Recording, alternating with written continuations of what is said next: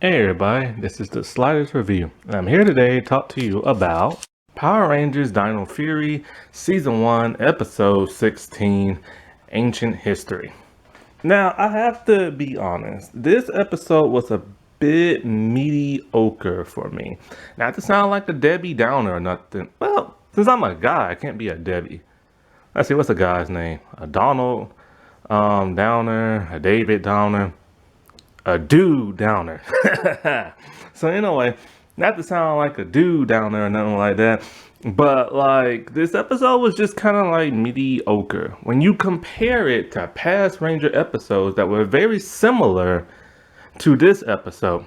And I will explain those other episodes too and tell you why I felt this episode was a bit mediocre. So, to start off, episode 15, I did not watch because it was not uploaded to YouTube. So, I had to watch this one. And so in 15, that's when the Gold Ranger shows up. And then I have no idea literally what happens. Like, I just don't know. But anyway, episode 16. The Rangers are in their headquarters and they see the Gold Ranger is like on the view screen thing, and then he teleports to that place. He demorphs or takes off his helmet or something like that, and everybody is just like, okay, cool, another alien dude from what's the face planet and stuff. But Zado is not necessarily happy. He's a little upset, and we're not exactly sure why. Oh, wait, before I finish this, I forgot to mention in episode 13 that Void Knight takes off his helmet, he's human, and there is his wife in a tube. Kind of like Nora Freeze from Batman the Animated Series and Mr. Freeze. So it's really interesting to see what's going to happen with that. I bet you anything, like I've never watched the Sentai, but I bet you anything, he's probably going to turn good at some point by the second season, and then he's going to join the team, and then with Lord Zed now coming back and apparently staying back, I bet you Zed's going to be the main villain. So they're going to kind of do that whole Dino charge thing where they had one major villain in the first season and then another major villain in the second season. And so, the Rangers, they're talking and everything, and they ask him if he's from the planet from Zado. He's like, yeah, man, like he's my best friend and everything like that. And we see some flashbacks here and there, them two like goofing around and stuff and fighting some bad guys here and there and stuff like that, but mostly just them goofing around. And so like then they all like, will you join our team and everything, because he's like a really impressive fighter and everything. And he's like, sure, man, like I'd love to join your team, but I have one condition: you gotta make me the leader. And he says it with a very serious face. First, let me just say, this dude looks so much like Walter Jones and sounds a bit like him that it's insane. However, something strange. Every time he talks, something is not matching up with his mouth movements, and I don't know why. I don't know if his voice is dubbed. Cause remember in Dino Charge, the Aqua Ranger, his voice was dubbed for some bizarre reason. So I'm wondering if his voice is, but so far online I can't find it. So I guess that's his real voice, but it just, something strange every time he talks. It just doesn't match up for some bizarre reason. But this dude looks so much like Walter Jones. Like, he should have played the Black Ranger in that Power Rangers 2017 movie. However, of course, as we all know, a black person is not allowed to be the Black Ranger, and an Asian person is not allowed to be the Yellow Ranger. However, and it's because of when the first season of Power Rangers came out, they made the black dude the Black Ranger and the Asian girl the Yellow Ranger. And I didn't notice this at first, but then people talking about, oh, that was racist many years ago because, black on black and Asian yellow. I'm just like, oh, okay, I guess that does make kind of sense. So, yeah. And of course, this was the 90s, and you know how 90s Hollywood is and stuff like that. And so that was like a golden rule that it can never be those type of Rangers no more. However, in Operation Overdrive, they had a black actor play the Black Ranger. And that was during the Disney era. Now, during the Disney era, there was only 4 Black Rangers. And yes, I consider Shadow Ranger to be a Black Ranger. Anyway, so they had a Black Ranger be a black dude, and nobody bat like an eyelash. Nobody cared. So I'm thinking to myself, so many years has passed. It's not the 90s no more. We should have a black person be a Black Ranger and an Asian person be a Yellow Ranger. Like, whatever reason why they did that in the 90s, that was the 90s and stuff. So people really shouldn't be like, I think they're upset, and we should start like seeing that again. I mean, they had white people play white rangers and nobody ever cared. Now, however, when it comes to the black guy who played the black Operation Overdrive Ranger, there is some huge controversy surrounding him. During like a Power Ranger convention in 2007, on video, it was shown that he took a banner. Now, this banner is supposed to be like autographed, and it was supposed to go to charity for a big event and everything. And so for the longest time, you know, the big rumor was that he stole it, that he just wanted like a memento and stuff like that for all these signed things.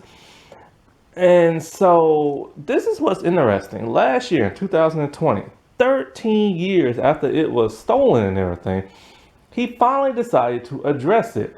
I'm thinking to myself, why did it take him 13 years to finally talk about this? Because he is hated during like the Power Ranger fandom, but not as hated as the Red Wild Force Ranger. Yeah.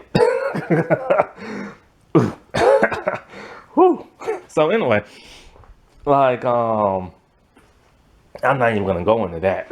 But yeah, back to the dude who played Will. So like, it took him 13 years to finally give his side of the story. I'm thinking to myself, what took this dude so long? I would have gave my side of the story within like a minute of being like accused, you know what I'm saying? And so apparently what he said, this is what happened. He saw the banner. It wasn't autographed yet. Now, the video is from a faraway distance. All you just see him doing is taking it. So you don't know if it's autographed or not yet. He said it wasn't autographed. So he took it into a room to get it autographed. Then he left it into a room that had nobody in there. And he went to go have some drinks with his co-workers. He came. And then after that, you know, the thing got signed. So like, yeah, he took it to go get signed, and then he left it in this room. Then he went to go get drinks from some coworkers. Then he came back and he said it was stolen by a fan. Now here's the thing. Is he telling the truth? Like, I don't know. I just really don't know. I have no idea if this dude is telling the truth or not. I mean, why confess now 13 years later and tell your side of the story? Why didn't he tell his side of the story before? He's done plenty of interviews. I've seen interviews with this dude waiting for him to finally explain this. And in his interviews, he's as cocky as Will was in Power Rangers. And I'm thinking to myself, with all that cockiness, why didn't you just explain what happened? So I don't know if this dude is telling the truth. However, the only way to truly back up his claim is those other co-stars that was there at the convention. They're the only ones who can vouch for him, because he said it was not signed yet. It was completely bare. He took it into another room and he made other people sign it. If that part is true, they should be able to back up his claims and everything, and back up the claims that they left it in the room and then they went to go get drinks. If they can't back it up, then yeah, somebody's fibbing. You know what I'm saying? Also, let's not forget, there's the point where the staff said they confronted him about it and they asked him to give it back. And they said he refused because he wanted to keep it as a souvenir. So it makes you wonder, who is really telling the truth here? Is he telling the truth, or are they telling the truth? Also, when you watch the video, he's acting kind of weird and suspicious. So if he was having drinks, when exactly was he having these drinks? Personally, I think he wants that convention money. But yeah, Ion, he says he should be the leader of the Power Rangers. And everybody was just kind of like, whoa, what are you talking about? We already have a leader. And so he's all like, oh, you didn't tell them what really happened in the past. So we get an interesting reveal. So, like, back when they was on that planet, the whole spore thing, they call it Sporax. I really don't know. Like I said, I'm just now getting back into this series. So anyway, so the Sporax thing, the reason why they got released was because of Zado.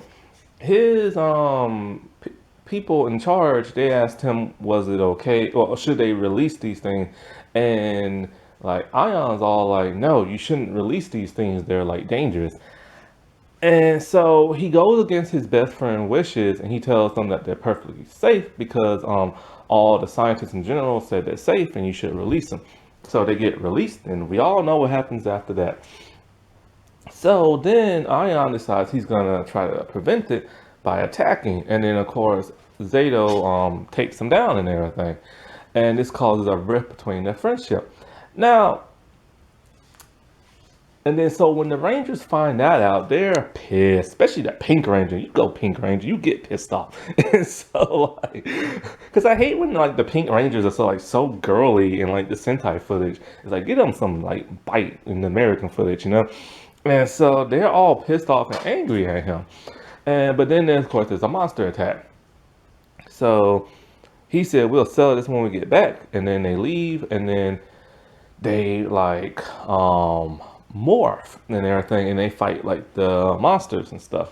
Well, he decides he's gonna rush into this Zato, and he ends up getting like hung up, like literally strung up, hung up on the wall and stuff.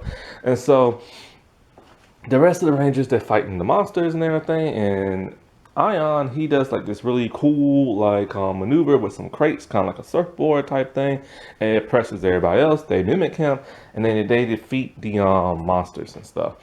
Now, something I want to point out. Now, my episode 13 review, that's a little long, and it's going to take a while to upload. So I'm probably going to upload this one first. And in there, I mentioned how I missed the Disney explosions.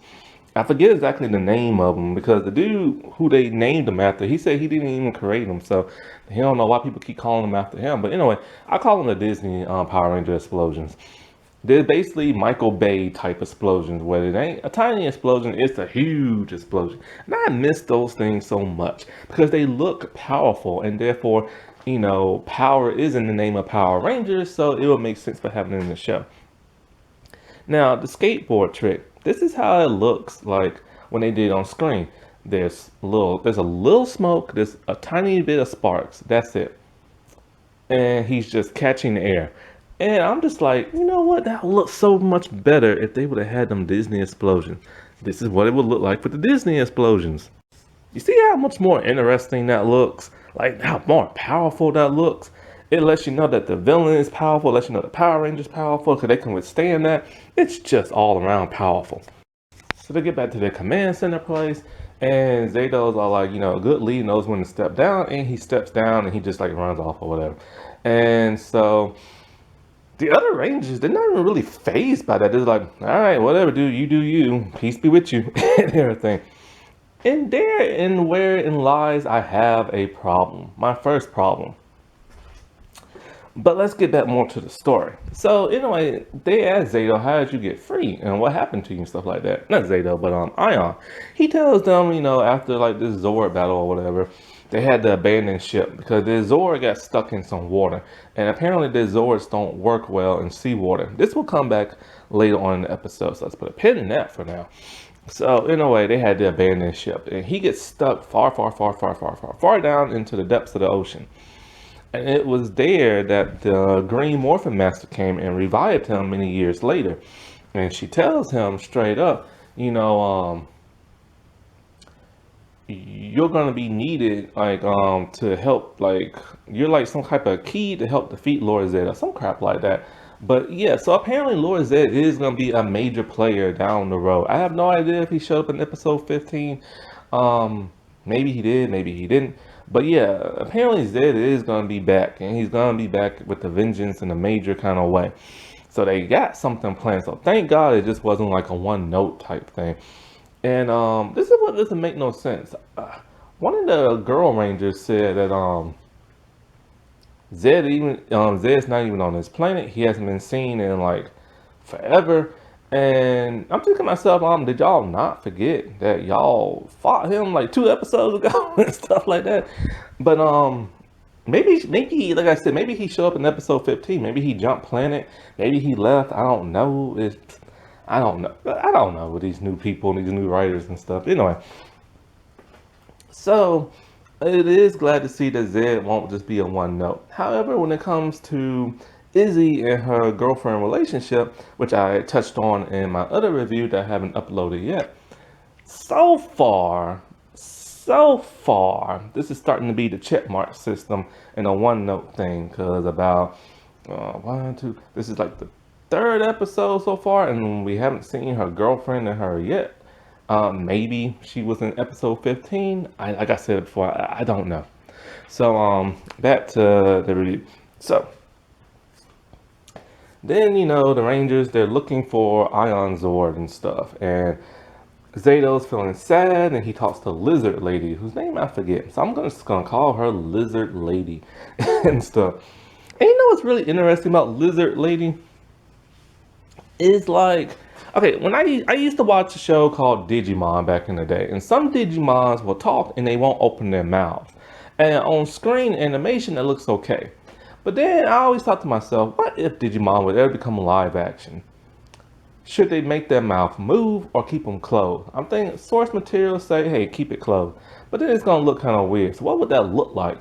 And now I know what that looks like. And now I think if they ever make a Digimon live action, they need to make their mouths open and closed. Because it's just kind of weird with the mouth being closed and hearing words come out. So she tells him, she forgives him. She doesn't hold anything against him and stuff like that. And so back with the Rangers, as they're looking for his Zord on the computer and stuff, some monsters attack. Next thing you know, they go into action, they morph. They do a nice little roll call. I wish they would have did an individual morph. I love individual morphs better than the group thing, but hey, whatever. And then morph is nice. I love their morph sequence. That's some nice CGI right there. And so they're fighting the monster, and then he gets big, and they like call on the Zords, and so they're fighting, and of course Ion, he's now in charge, he's the leader, so he's taking full command. And next thing you know, they fall into like the ocean, and the monster's kicking their butt, and like the Zord isn't really working that well in salt water because the Rangers had no idea, and Zado informs them. And so now this is the second part I'm having a problem with. Ion freaks out. He's like, oh no, I doomed us all. What do I do? Zado, help. Ah! And so I'm just like, what? So I will get in that a little bit later. And so Zado's all like, we need to abandon ship and all this other stuff. And then when they do, the monster blasts their Zords. And I don't know if their Zord is like destroyed or what, but then the Gold Ranger Zord appears, and so him and Zado, they go in that. This is what always weirded me out. How is Zado able to operate the gold Zord? Because it's not his. So why is there a cockpit section for it? This is what I don't like about this whole standing up cockpit section that they've been doing for the last couple of years, and especially in Dino Char. It's just bizarre. In a way, and he turns into a Megazord. They defeat the monster, this and that.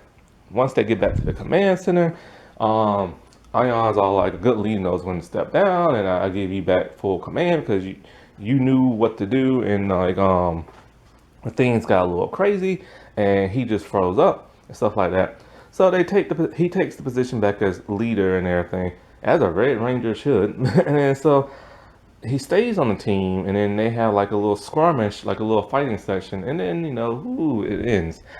And this is why I have a problem with this episode.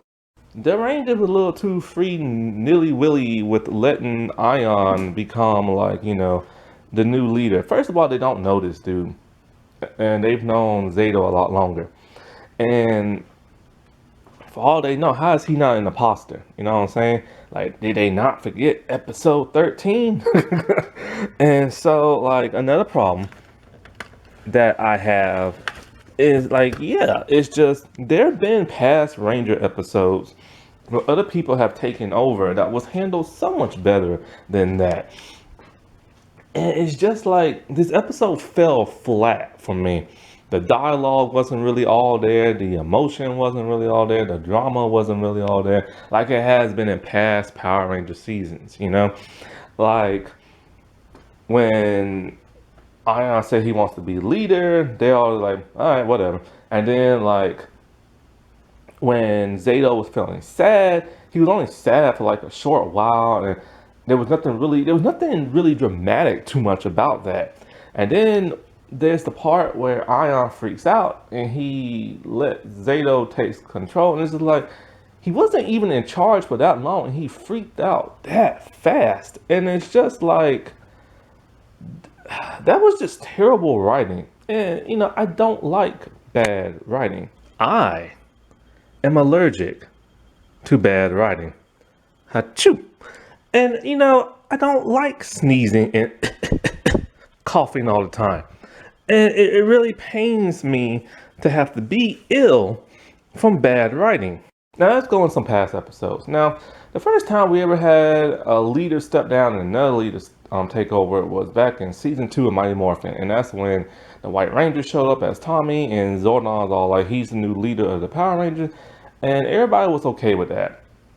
Now that's a weak sauce type moment for me. And I didn't understand why Jason wasn't more pissed off. I mean, Jason was pissed off at Tommy in the past just for being Tommy and everything. And so I just never understood why they were just so cavalier about that. But now we all know there was behind the scenes drama, and the actor who played Jason was leaving, and so that was the reason for that. However, a way better example is in Time Force. So basically what happens is that we find out that Alex is alive and well.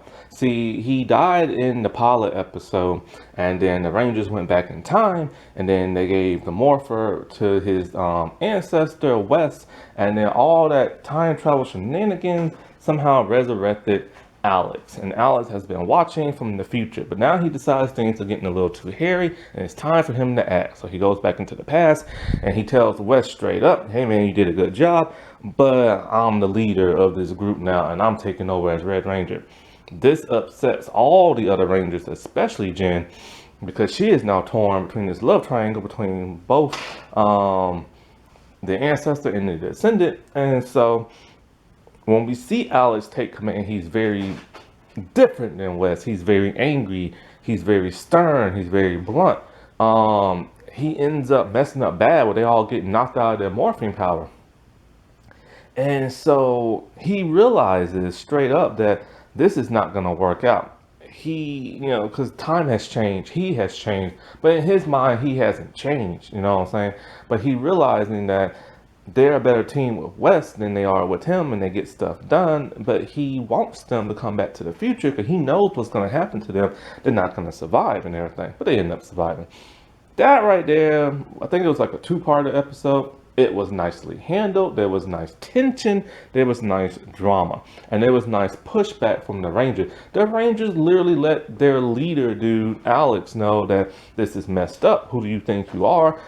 Wes is our true leader and all this other stuff. Even though they've known Alex a whole lot longer and stuff. That is how you do it. Another interesting and good example is Operation Overdrive wants a Ranger. All 6 Rangers. Was there 6 at the time or was there 5? Yeah, there was 6.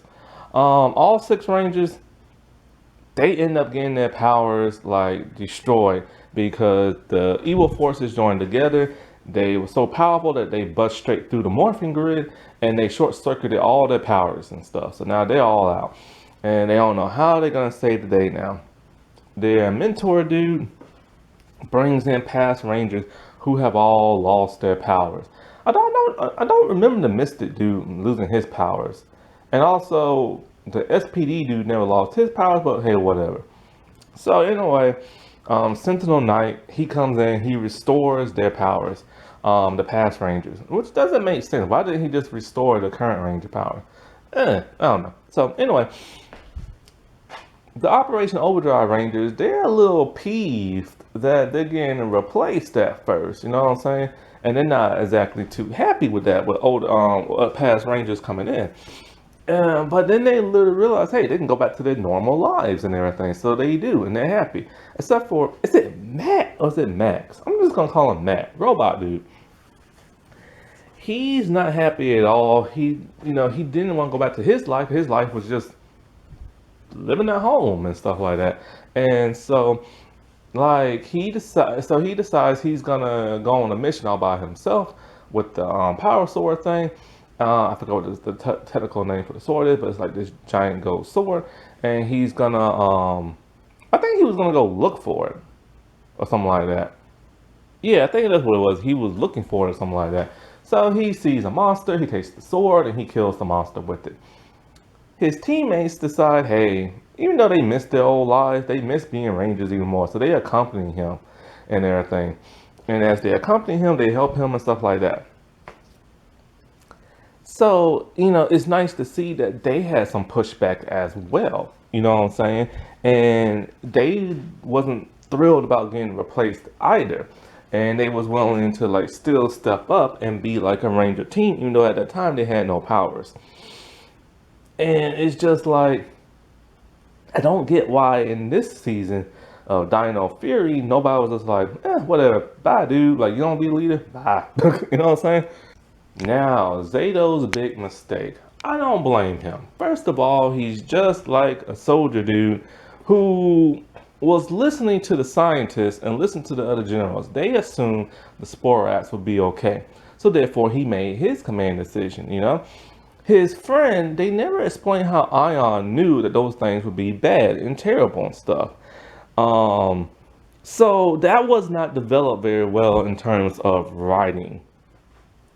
And then when Zado does feel bad for releasing those things and causing all this devastation, he's sad, but it's not really that powerful sad. You know what I'm saying? It's not that emotional sad. A great emotional upset is Carlos from Power Rangers in Space.